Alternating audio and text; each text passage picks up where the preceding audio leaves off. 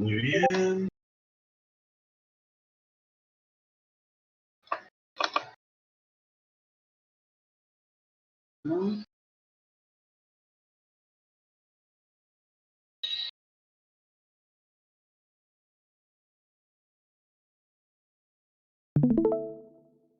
Ok, por favor, todos únanse al directo.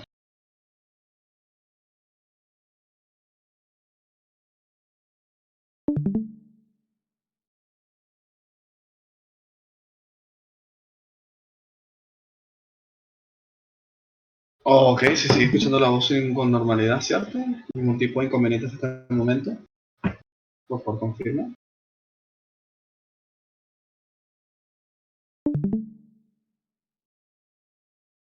Aló, aló.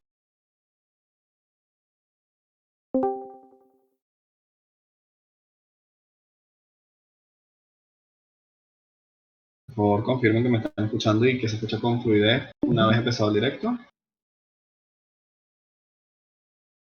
Muy bien. Hoy vamos a hablar sobre la base de lo... bueno, cierto, si alguien va a grabar, todavía no ha configurado, no ha seteado el programa, puedo esperar un momento mientras ustedes lo setean. No sé si alguien va a grabar, estoy seguro. Ok, está bien, entonces puedo empezar. Ok, hoy vamos a hablar sobre otro tema bastante importante. El tema número 1, que es sobre códigos de línea. ¿Ok? Códigos de transmisión, lo pueden ver dependiendo del texto que usted consulte. A ver, en los sistemas digitales, una de las principales cosas que siempre se necesita hacer es transmitir información. Entonces, es necesario porque es que, a ver, entiendo una cosa, que creo que es algo que ya hemos estado hablando en clases anteriores. Normalmente un sistema digital, una computadora, es que no entiende de palabras o letras. No, Sergio, este tema es del primer parcial. ¿Okay? El parcial, que debería ser el viernes que viene, es hasta este tema, que ya hemos cubierto todo la unidad. ¿Okay? Como les decía, los códigos de línea vienen a ser lo que son para los computadores, lo que por ejemplo es para nosotros las personas, el idioma. Porque una de las principales funciones del cúpulo reiterativo es transmitir información, pero es que esta información puede ser cualquier cosa. Claro, esta información pueden ser caracteres, esta información pueden ser magnitudes. Por ejemplo, imagínate usted que está trabajando con un sensor que está midiendo cierto nivel de presión, ¿okay? Y él necesita enviar la presión que está midiendo en un momento dado a un sistema digital. ¿Okay? Hace una conversión analógico digital y luego transmite los datos de presión que tengan presente. ¿Okay? Entonces es necesario entender algunos o los principios básicos de los que serían códigos de línea. Los que les voy a decir acá o los que les voy a mostrar hoy son algunos de los más famosos. Eso no quiere decir que hayan otros códigos de línea. Hay un montón de códigos de línea e inclusive con ciertas reglas usted también puede generar su propio código de línea. ¿Okay? Un código. Cuando números, letras o palabras se representan por medio de un grupo especial de símbolos, a este proceso se le llama codificación. Y al grupo de símbolos se le dice código. Que esto lo hacemos nosotros, que por ejemplo, nosotros hablamos un código que es español. Y cuando nosotros expresamos ciertas cosas y las plasmamos en este código, estamos codificando. ¿Ok? Que básicamente es el principio de todos los idiomas. ¿Ok? Porque de hecho, nosotros, aunque por ejemplo nosotros compartimos muchos caracteres, muchos símbolos con el idioma inglés, nuestras palabras son distintas. O sea, que tengamos símbolos similares, nuestra codificación es distinta.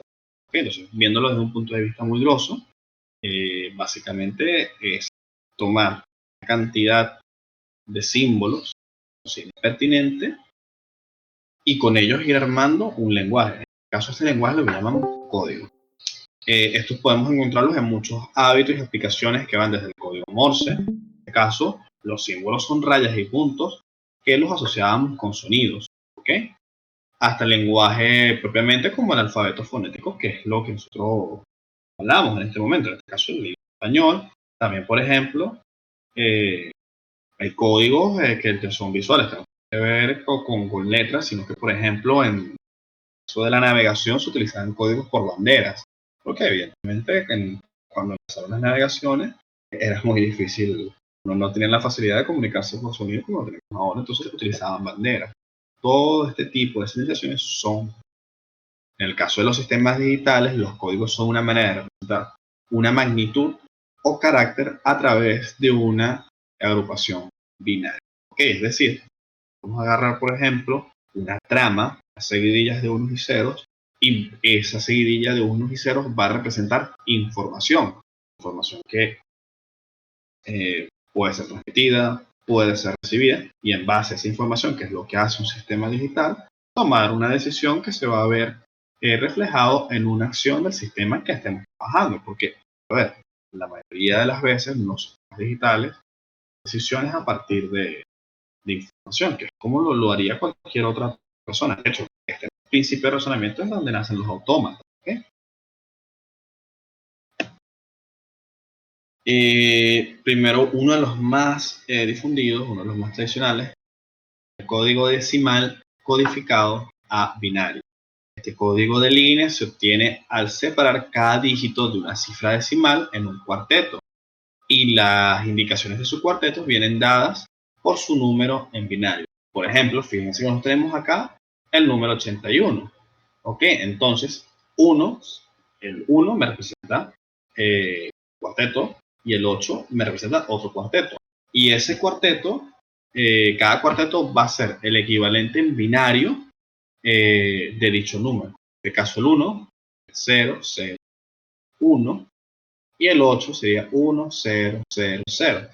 Codificación básicamente es como que si usted estuviese escribiendo el número decimal, los mismos caracteres, pero escribiendo uno a uno en binario, que en binario lo que hacíamos era que empezábamos a sumar, restar y enviábamos una sola. ¿Ok? ¿Cuál es la ventaja de esto? Por ejemplo, si usted estuviese trabajando en binario, usted no es lo mismo enviar el número 1 en binario que enviar el número 100, viéndolo desde el punto de vista de la cantidad de caracteres que usted tendría que enviar. En este caso, usted siempre, si va a enviar solamente, por ejemplo, un número de 2 dígitos, decimales de 2 dígitos, usted siempre va a enviar 8 bits, cual a la hora del procesamiento de la información es un poco más cómodo porque usted puede acotar la cantidad de bits que el sistema espera recibir. Ok, entonces ahí podría tener una idea cuándo es información y cuándo no es información, cómo acotarlo. Okay, más que todo para facilitar su procesamiento. Es importante acotar que los ceros a la izquierda son significativos y no pueden ser borrados bajo ningún motivo. Ejemplo, el 32 en decimal y lo quiero pasar a ABCD. ¿Okay? Entonces tenga que ser la agrupación que me da el 2, que es 0010, y la agrupación que me da el 3, que sería 0011. En este caso, que era lo que no hacíamos en binario, estos dos estos dos ceros que tenemos a la izquierda del número, ellos representan información y no podemos obviarlo porque si no el código estaría incompleto y ya estaríamos corrompiendo la trama que nosotros deseamos evitar. Lo más probable es que tengamos error. Nótese, los dígitos de la cifra en BCD son 0. No obstante, deben copiarse para poder conservar el formato BCD. ¿Okay? ¿Se entiende esto? ¿Se entiende de qué va el código BCD?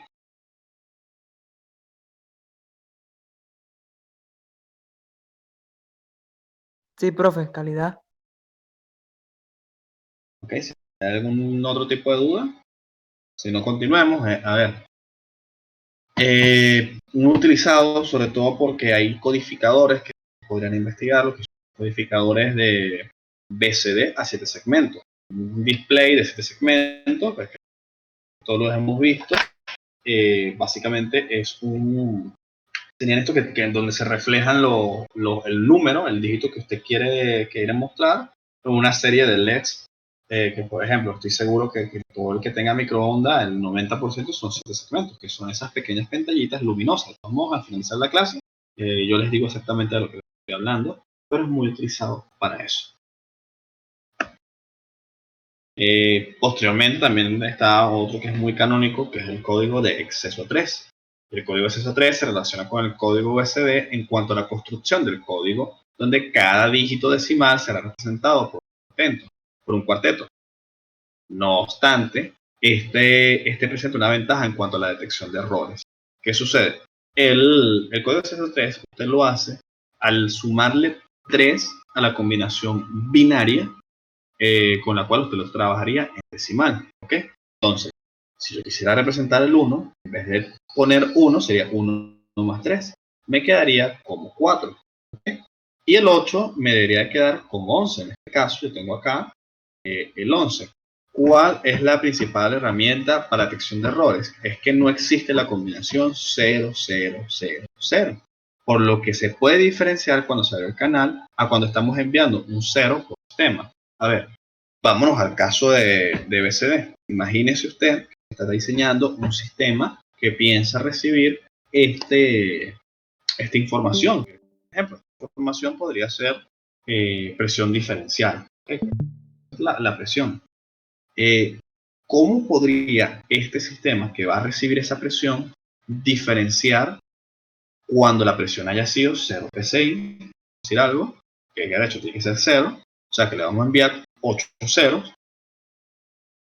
Y cuando eso es información real, que lo está sensando el sensor, o cuando, por ejemplo, hubo una avería y se abrió el canal de comunicación. Eso es algo que no podríamos detectar porque ambas tramas serían exactamente iguales.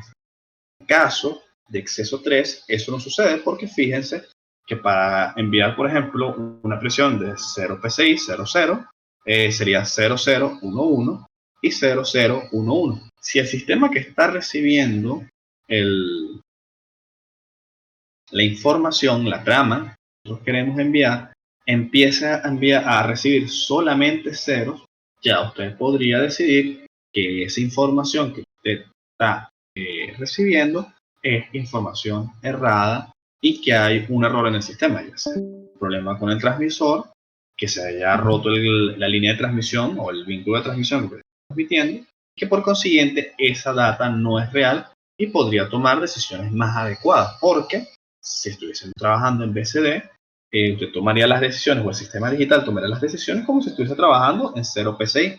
No obstante, es que no sea que esté en 0 PSI, y eso puede ser un problema dependiendo de lo crítico que sea su proceso. ¿Se entiende lo que estoy hablando?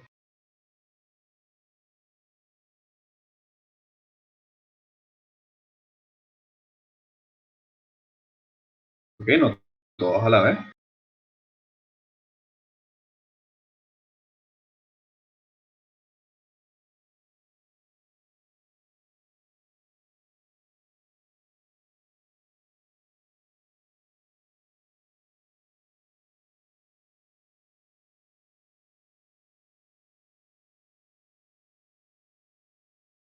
Ok.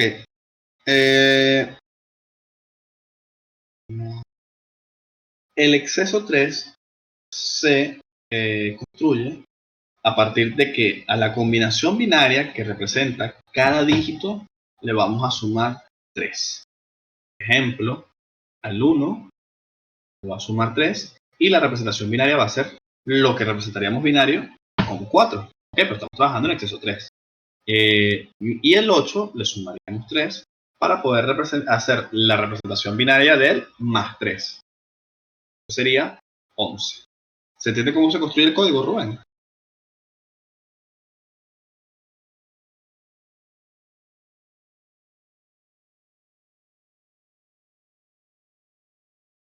¿Alguna otra duda?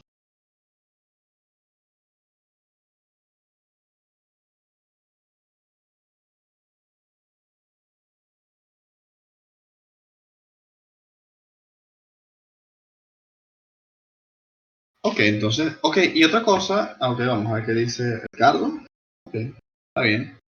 Otra cosa es, fíjese, por ejemplo, cuando nosotros estábamos trabajando las bases numéricas, nosotros siempre acostumbrábamos a que después del dígito, después de la magnitud, después de ese número, nosotros colocábamos en qué base estábamos trabajando, ya sea en paréntesis o de alguna forma que se note. En el caso de los códigos es igual. Al final de la cifra, de la magnitud, nosotros vamos a colocar el código en el que estamos trabajando de alguna manera que se entienda. Por ejemplo, en este caso yo he colocado BCD a la derecha en este curso. Para representar código BCD vamos a utilizar esta nomenclatura.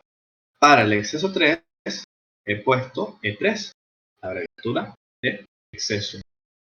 ¿Ok? Y así sucesivamente. Siempre es muy importante que al final de cada trama de información coloquen escrito, coloquen en qué formato está dicha. Muy bien, aclarado ese punto.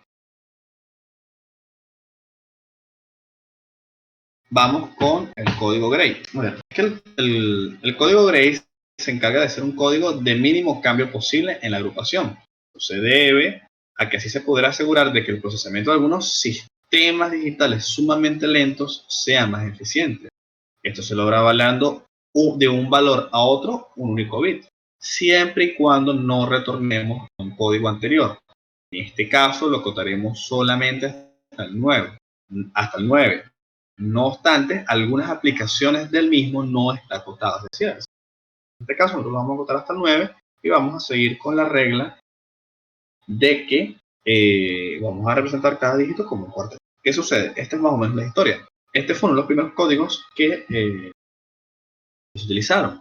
¿Qué sucede? Normalmente lo que haría de interpretación entre los contadores y la parte de los sistemas digitales en como tal eran, en vez de ser switches semiconductores, llámese transistores, tiristores, diodos y cualquiera de esos, se hacían con relés y los relés, que son piezas electromecánicas, un relevador o relé, relay, depende de qué idioma lo esté viendo. A ver, cuando él se energiza, él lo único que hace es abrir y cerrar el contacto. A ver, por ejemplo, creo que todos lo hemos visto porque el carro tiene en la fusilera también tiene relés y lo que hacen es pasar o no corriente. Bueno, ellos se utilizaban para poder llevar cuentas en binario. Usted se imaginará, ese movimiento electromecánico era mucho más lento que la conducción electrónica o la conducción eléctrica. Por consiguiente, se hacía lo que tú harías en una computadora hoy en día conocido como un cuello de botella.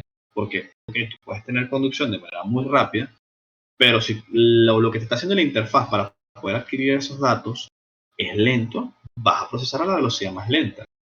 Entonces, ¿qué hacían ellos para procesar datos? Bueno, para representar de una magnitud a otra, yo nada más voy a variar un bit, tal que cuando yo esté contando, haga la menor cantidad de cambios posible. ¿Ok? Entonces, esto lo voy a explicar mejor con un libro Excel que tengo por acá para que construyamos esa tabla.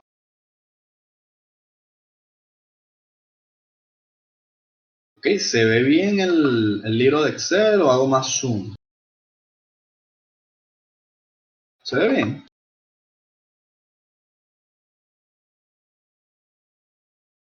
Ok. ¿Qué tenemos acá? Les voy a explicar lo que estoy haciendo ya. Aquí en la columna A tengo todos los números decimales que existen, pues, los números del 0 al 9. En la columna B, C, D y E tengo los bits de su equivalente en Gray, siendo B3 el más significativo, siendo B0 el menos significativo. ¿Ok? El 0 no pasa nada, sigue siendo 0, 0, 0. Hasta este momento es igual que CD, por ejemplo.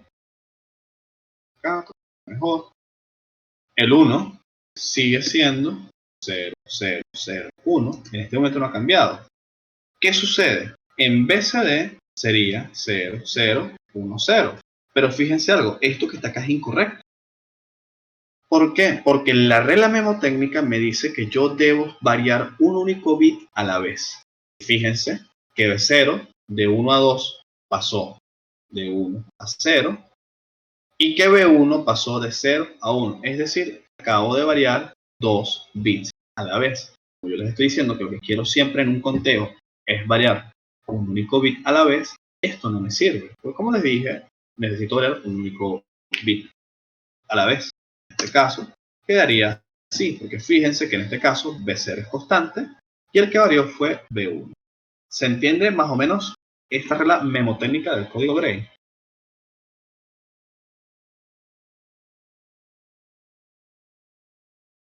¿Ok? No todos a la vez. Por ejemplo, en este caso, el número 3. Debo variar un único bit a la vez. Siempre le vamos a dar prioridad al bit más a la derecha y siempre tenemos que tener cuidado de no caer a una combinación que ya hayamos utilizado. Por ejemplo, en este caso, yo voy a colocar 1, 0. Porque si yo apagara B1 y esto lo coloco en 0, caigo en 1. ¿Ok? ¿Se entiende? Vamos con el número 4. El número 4, fíjense que no puedo variar solamente, o sea, no puedo variar B0, porque estaría cayendo aquí. No puedo variar B1 porque quedaría en la combinación que ya le asigné 0. Por consiguiente, tengo que variar B2. Sería 0, 1, 1, 0. ¿Lo estás viendo en este caso, Edgardo?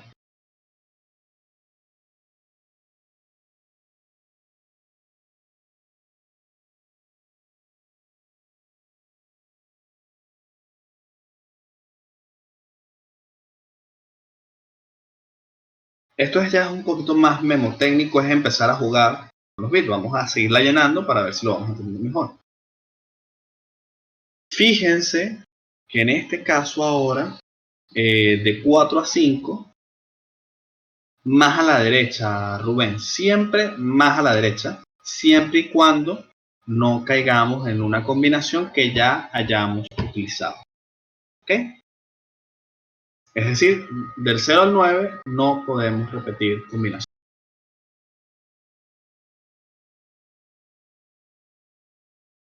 Ok, fíjense en esto, en el 5 siempre va a ser el número más a la derecha. En este caso sería, siempre vamos a intentar primero variar B0. Si no podemos variar B0, va a variar B1.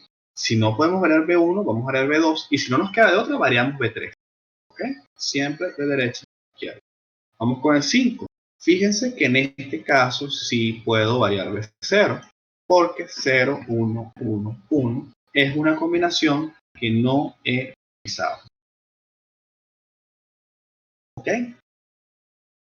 Vamos ahora con el 6.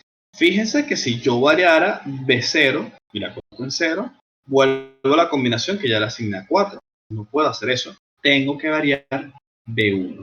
Sería 0, 1, 0, 1.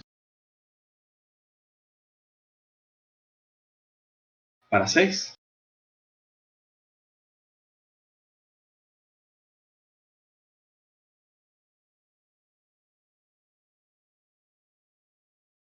Si estoy... No, a ver, pero Juan Hoyos... Pero, a ver...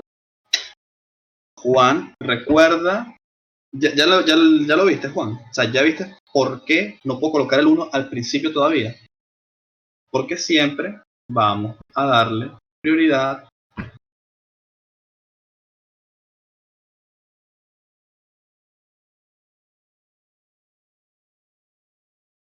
siempre al más a la derecha. ¿Qué sucede? El más a la derecha en este caso es B0 y yo puedo variar B0 sin conseguir una combinación que ya haya utilizado, porque yo podría hacer, ¿cierto? ¿Se entiende por qué el 7 es 0, 1, 0, 0?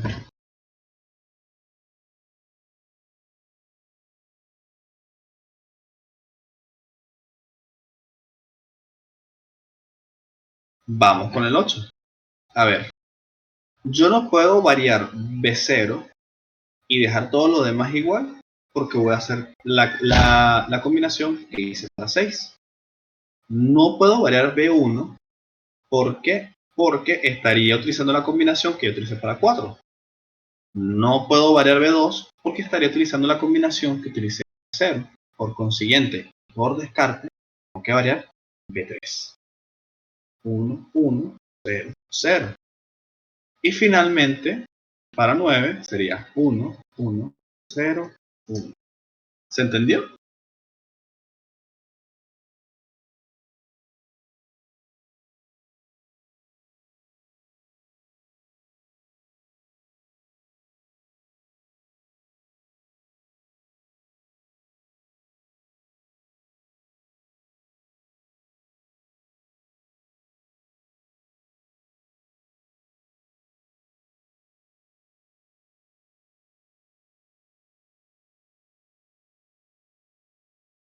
Correcto, porque es que si tomases otra variación, vas a volver a un código que ya le asignaste a otra magnitud.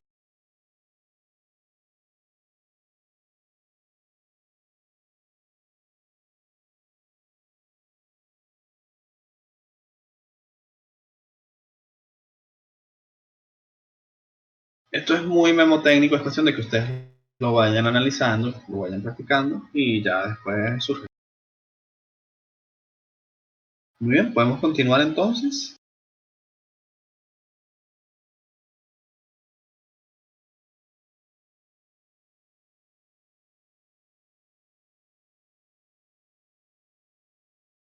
Claro, pero en este caso porque nosotros lo vamos a acotar nada más hasta el 9. Dependiendo del texto, por ejemplo, ellos lo hacen infinitamente.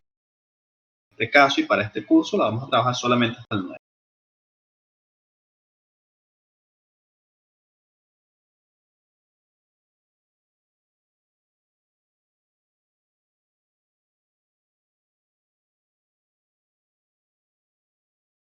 Muy bien, vamos a continuar. También pueden haber casos donde haya códigos de peso en específico. En este caso voy a trabajar 8, 4, menos 2, menos. ¿Ok? Bueno, ya vamos a ver qué van a comentar Kevin y Rubén. ¿Correcto?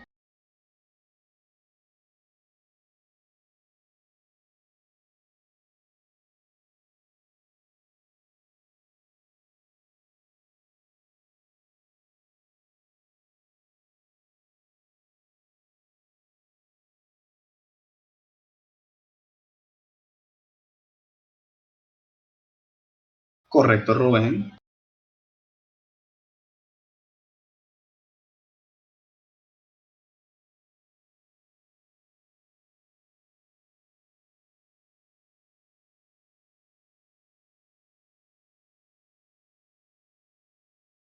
Ok, también pueden haber casos donde cada bit tenga un peso específico. En este caso yo voy a trabajar con el 84 menos 2 menos 1, que es muy popular y que es muy canónico.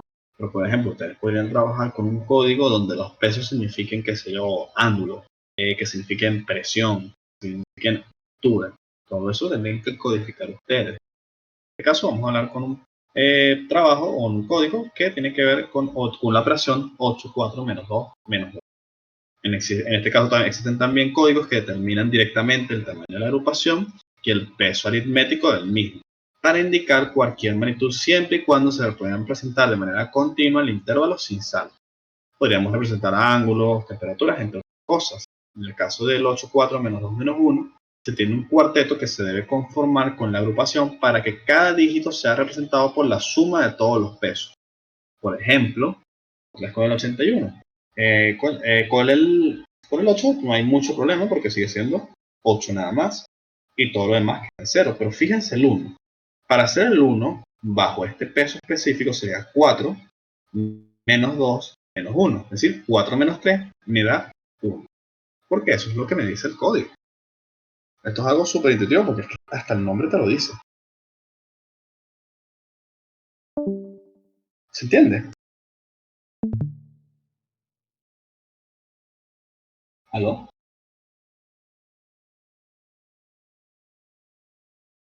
¿Aló, aló? ¿Se entendió?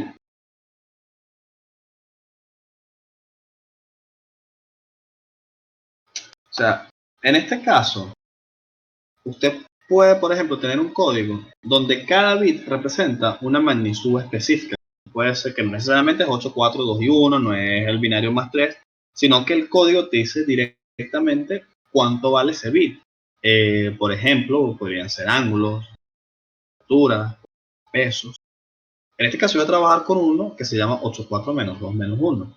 Básicamente, para usted formar un número, tiene que hacer que la suma algebraica de todos esos bits les dé el dígito. En el caso del 8 no hay ningún problema, porque eso sería 8 más 0 menos 0, 0.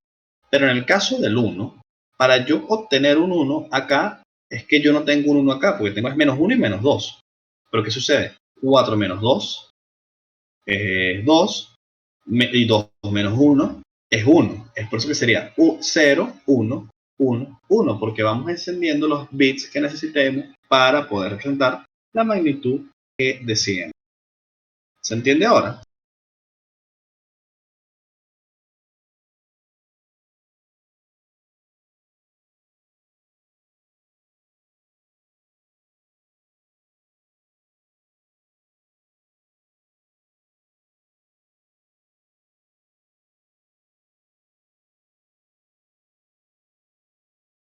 ¿Se entendió?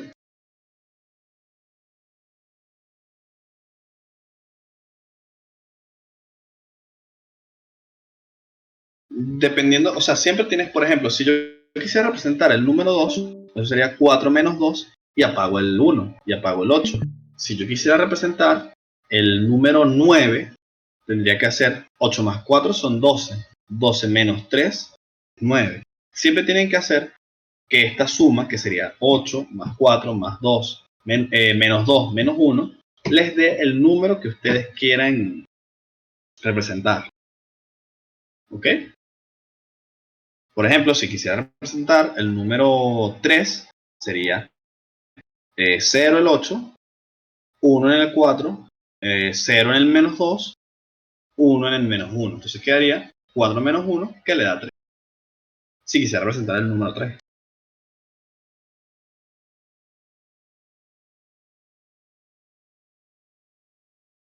Bien. Esto, o sea, es que el mismo nombre te está diciendo cuáles son los pesos, cuánto vale cada bit. ¿Qué vale negativo? Bueno, eso es otra cosa.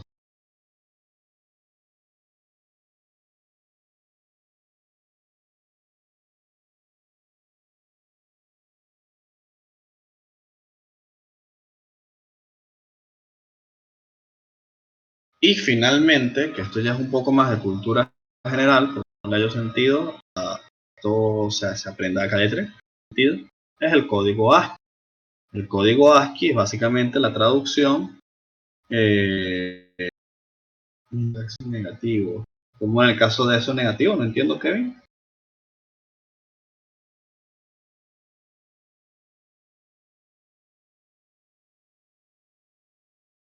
No entendí el comentario de Kevin.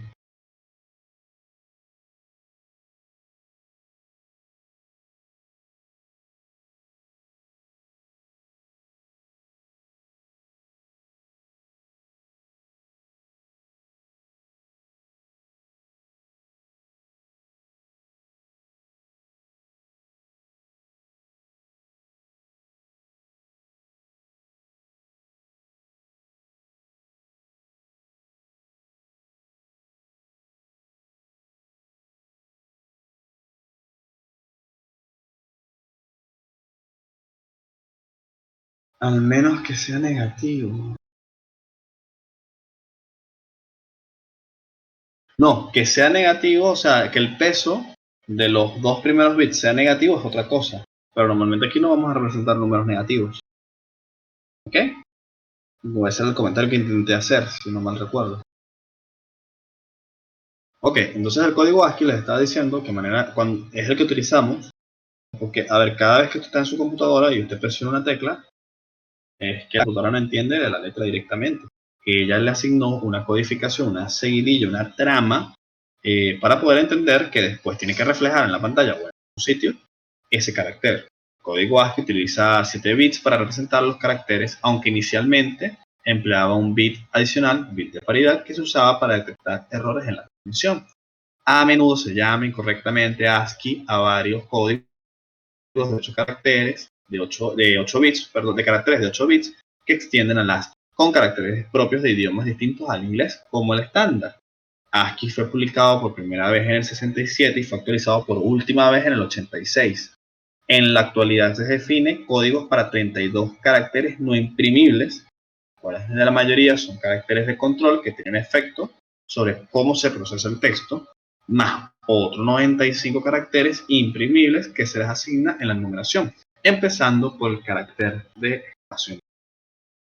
Básicamente, cuando usted investigue sobre el ASCII, un poco de cultura general, usted se va a entender que lo que hace la computadora es que por ejemplo, la A mayúscula viene, esto que está aquí es una matriz, yo lo veo como una matriz, y cada vez que usted presiona, por ejemplo, la A mayúscula, lo que se va a enviar a la unidad que está procesando ese carácter son las coordenadas de esta matriz. En el caso de la A sería 0001, 100. ¿Ok? Eso sería lo que está enviando. Esto es un poquito de cultura general, no pasa nada. Y es cuestión de que cada vez que se envía un carácter, lo que envía es esa coordenada de esa matriz y ya entiende qué hacer en pantalla.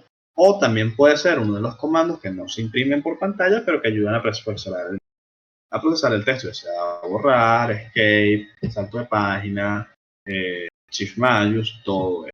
¿Ok? Esto es un poquito de cultura general, no va para el parcial, pero sí es bueno que entiendan al grosso modo, porque esto es una simplificación muy grande de cómo funciona el código ASCII, que es algo que trabajamos todo el tiempo y que básicamente es algo muy canónico de los sistemas digitales. ¿Ok? Hasta aquí, y para investigar, que investiguen que son los bits de paridad par y bits de paridad impar. ¿Ok? Eso sería el pendiente que tenemos.